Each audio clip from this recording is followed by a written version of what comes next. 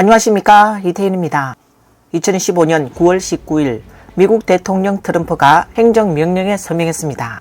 그 내용은 고용주가 H-1B 비자 신청자 한 명당 매년 10만 달러의 비용을 부담해야 한다는 것입니다. 이 규정은 미 동부시간 9월 21일 새벽 0시 1분부터 발효되었습니다. 그러나 정책 발표 당시 명확한 설명이 부족해 많은 중국 교민들이 H-1B 소지자 전원에게 매년 10만 달러가 부과된다고 오해했습니다. 이로 인해 극심한 공포와 불안이 순식간에 퍼져나갔습니다. 바로 방금 트럼프가 이민 정책을 전면적으로 강화했습니다. 한마디로 말하면 더 많은 돈을 내라는 거죠. 미국 이민 커뮤니티는 지금 완전히 뒤집어졌고 이번 주말에만 해도 많은 사람들이 급히 비행기표를 끊고 미국으로 돌아가야 할 상황입니다. 9월 20일 상해, 홍콩, 일본발 미국행 항공편들이 막바지 폭주를 벌였습니다. 원래는 한산하던 이코노미석이 순식간에 만석이 됐고 빈자리는 하나도 없었죠. 이유는 바로 9월 19일 트럼프가 아무런 예고 없이 대통령령을 통해 특정 비이민 노동자에 대한 입국 제한을 발표했기 때문입니다. 금요일에 트럼프가 펜 한 번 휘두르더니 H-1B 이민 취업 비자 신청자들에게 미국 입국 시 10만 달러를 납부하라고 요구했어요. 그 결과 전 세계 곳곳에서 갑자기 긴급하게 미국으로 돌아가려는 H-1B 난민들이 쏟아졌죠. 10만 달러가 어떤 개념이냐면 H-1B 신청자들 중 상당수의 연봉 수준이에요. 트럼프의 새 규정은 19일 발표돼서 21일부터 바로 시행됐고 H-1B 소지자들 사이에선 이 상황을 생과 사의 질주라고 부를 정도였답니다. 이는 많은 비자 소지 중국인들이 긴급하게 미국으로 돌아가는 모습입니다.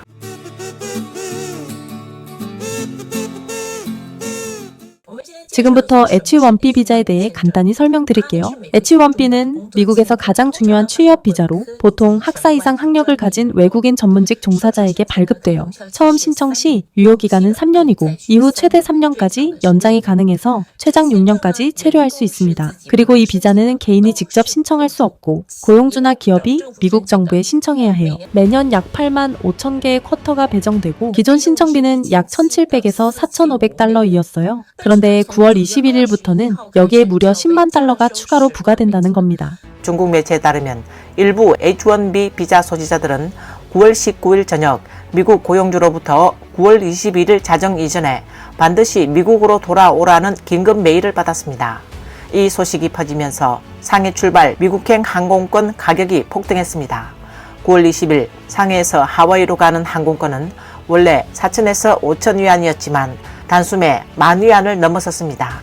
막 상해에 도착한 H-1B 소지자 알렉스는 현지 매체에 원래 일주일간 체류할 계획이었지만 뉴스를 보자마자 바로 로스앤젤레스행 항공권을 구매했다고 밝혔습니다. 불과 30분 만에 표값이 3,800위안에서 17,000위안으로 4.5배가 폭등했고 20일 저녁 상해발 로스앤젤레스 직항표는 이미 매진됐습니다. 미국 내 H-1B 비자 소지자 위씨는 해외 매체에 지금 완전히 난리가 났다. 원래 내일 모레 출국하려던 친구들도 전부 일정을 취소했다라고 전했습니다. 그는 중국 교민 사회에서는 이번 조치를 출입국만 해도 10만 달러를 내야 한다고 이해하고 있다. 그래서 대부분의 사람들이 차라리 미국에 눌러 앉자라는 분위기라고 덧붙였습니다. 중국 예약 플랫폼 시트립에서는 북경, 뉴욕, 왕복 직항 항공권이 이미 6만 5천 위안까지 치솟았습니다. 중국 본토 언론 매체 제1재경 보도에 따르면 한 중국 네티즌은 고향에 머무르다 급히 일정을 바꾸어 오늘 밤 미국행 직항편에 탑승한다. 10만 달러 규정이 발효되기 전에 들어가야 한다라고 밝혔습니다. 또 다른 H-1B 소지자는 유럽 여행 도중 해외 SNS에 방금 로마에 도착했는데 당장 귀국해야 할까요? 라며 도움을 청했습니다. 그는 비행기, 호텔 전부 예약했는데 다 날아가게 생겼다 라고 토로했습니다. 이에 다른 네티즌은 이건 단순히 10만 달러 문제가 아니라 사실상 여행 금지령이다. 회사가 돈을 내고 싶어도 당장은 낼 방법이 없다. 세부 규정사항이 몇 달 지연되면 그 사이에 일자리를 잃게 될 것이라고 경고했습니다. 한편 미국 내 유명 로펌은 성명을 내고 현재 H-1 비자 소지자들은 절대 미국을 떠나지 말라고 권고했습니다. 만약 이미 미국을 떠난 상태라면 반드시 9월 21일 자정 이전에 귀국해야만 재입국 자격을 보장받을 수 있다라고 강조했습니다. 한 대형 IT 기업 직원은 자사 인사부가 그날 밤 9시경 H-1B 비자 소지자들에게 절대 미국을 떠나지 말라고 긴급 메일을 발송해 지시했다고 전했습니다.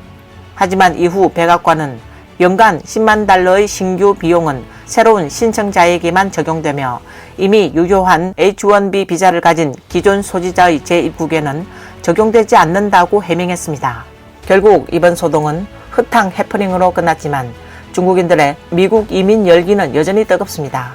최근 미국 주 북경 대사관은 비자 신청자들로 장사질을 이뤘습니다. 현장을 찾은 이들은 줄이 끝이 보이지 않는다라고 말하며 한 사람은 부자는 이주하고 가난한 사람은 출산을 멈춘다라고 일침을 가했습니다. 이 짧은 한마디가 오늘날 중국 사회의 현실을 적나라하게 드러내고 있습니다.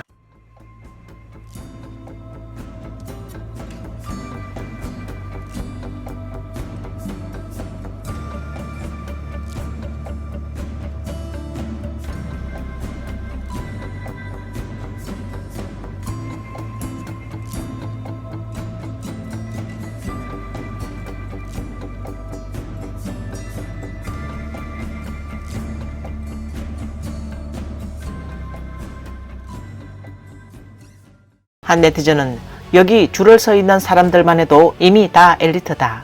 실제로 가고 싶어하는 보통 사람은 훨씬 더 많다라고 전했습니다. 물론 경제적 여건상 실제로 이민을 갈 수 있는 엘리트는 소수일지 모르지만 현장에서 목격되는 장사지만으로도 중국 사회의 분위기를 실감하게 합니다. 온라인 댓글에는 더 많은 사람이 깨어났다. 나도 이미 비자 발급을 마쳤다. 하루에 몇천 명씩 몰린다는 반응이 이어졌습니다.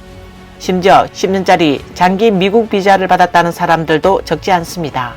이 같은 현상은 북경뿐만 아니라 또 다른 일선 도시인 상해에서도 동일하게 목격되고 있습니다. 상해 주재 미국 대사관 면접 현장에는 2,000명이 넘는 인파가 몰려 길게 줄을 선 모습이 포착됐습니다.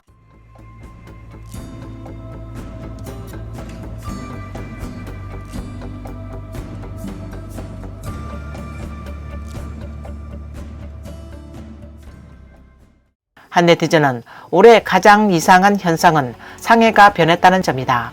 외국인도 크게 줄었고 외자 기업도 빠져나갔다. 더 충격적인 건 상해의 부자들이 집을 팔고 현금을 챙겨 조용히 탈출하고 있다는 사실이다. 1,000만, 3,000만, 5,000만 위안짜리 주택 매물이 쏟아져 나오며 사상 최대치를 기록했다고 전했습니다. 이 같은 움직임은 북경과 상해뿐만 아니라 중부의 대도시 무안에서도 목격되고 있습니다. 최근 무안 주재 미국 영사관 역시 비자 신청 인파로 장사진을 이루며 사실상 포화 상태를 보였습니다.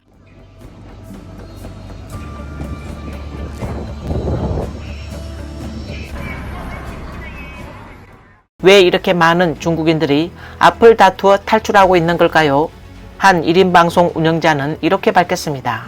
미국 비자, 우리 중국인들에게는 말 그대로 비자의 끝판왕이에요. 많은 이들에게 궁극의 목표라고 할 수 있죠. 그런데 왜 이렇게 어렵기로 유명한 미국 비자를 그렇게나 많은 사람들이 굳이 신청하는 걸까요? 첫 번째 이유는 미국 비자가 단순한 서류 게임이 아니라 사람과 사람 사이의 심리전이기 때문이에요. 다른 나라 비자들은 제출한 서류 중심으로 심사하지만 미국 비자는 그 사람 자체를 봐요. 면접에서의 말투, 태도, 분위기 같은 것들이 서류보다 훨씬 진실하다고 여기기 때문이죠. 그래서 아무리 조건이 좋아도 면접에서 실수하면 바로 거절당합니다.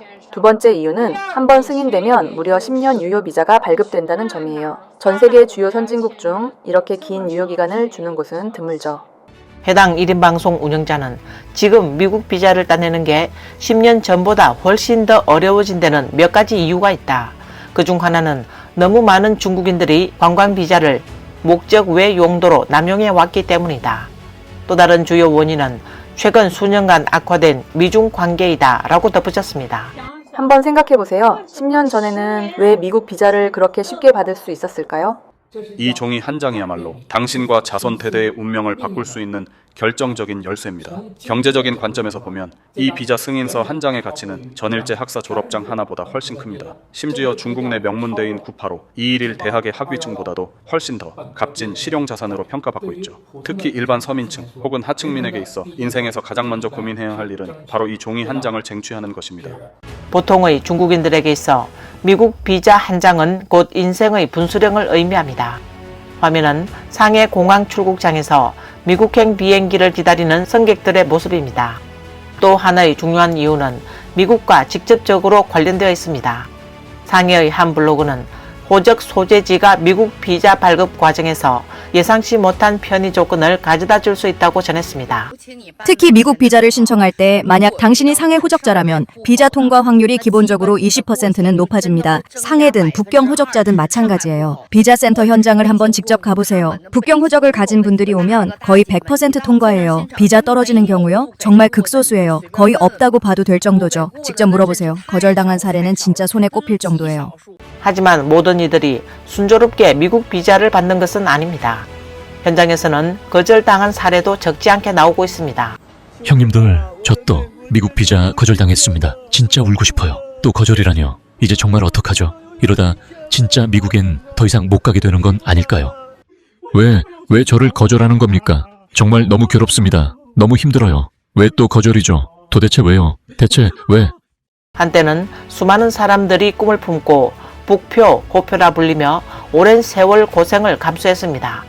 그러나 지금은 왜 이렇게 많은 중국 민중들이 조급히 해외로 나가려 하는 걸까요? 온라인 반응이 흥미롭습니다. 의심되는 소분홍은 미국이 그렇게 나쁘다더니 왜 이렇게 많은 사람이 가려 하냐고 반문했습니다. 이에 어떤 사람은 선택이 노력보다 중요하다며 중국 노동자들의 서글픈 현실을 꼬집었습니다.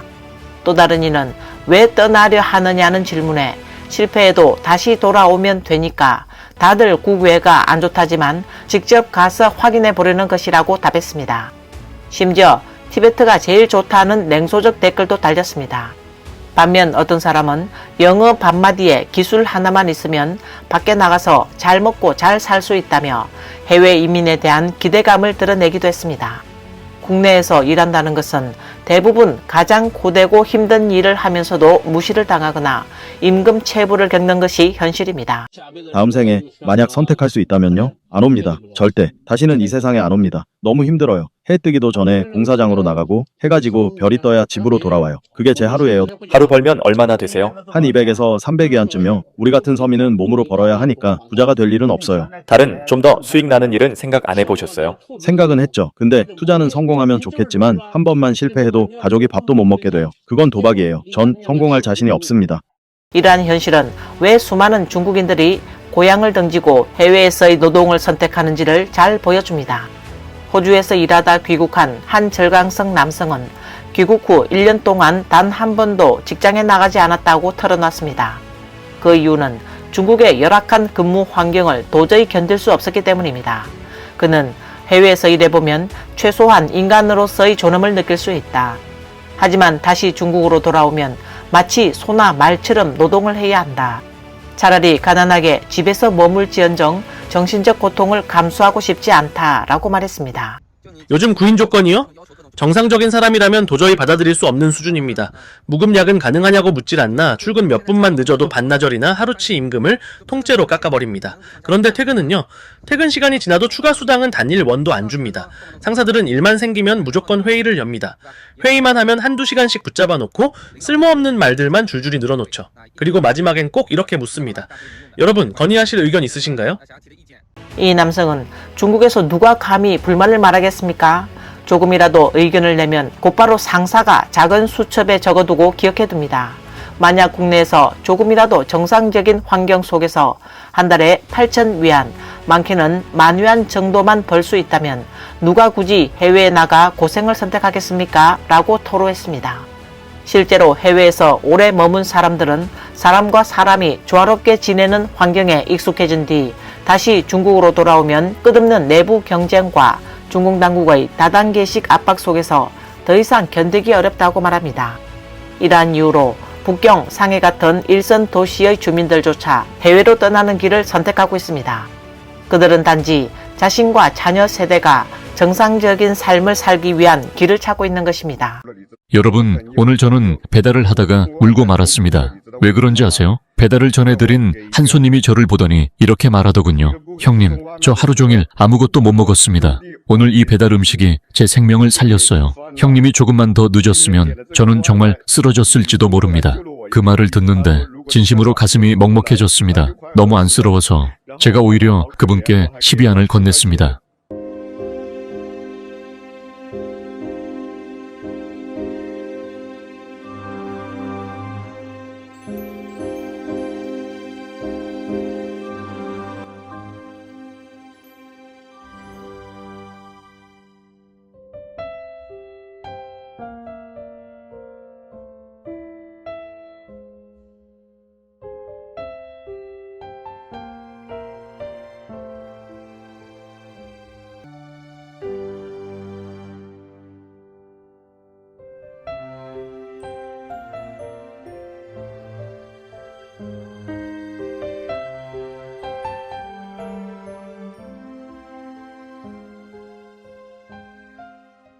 오늘 뉴스는 여기까지입니다. 시청해주셔서 감사합니다.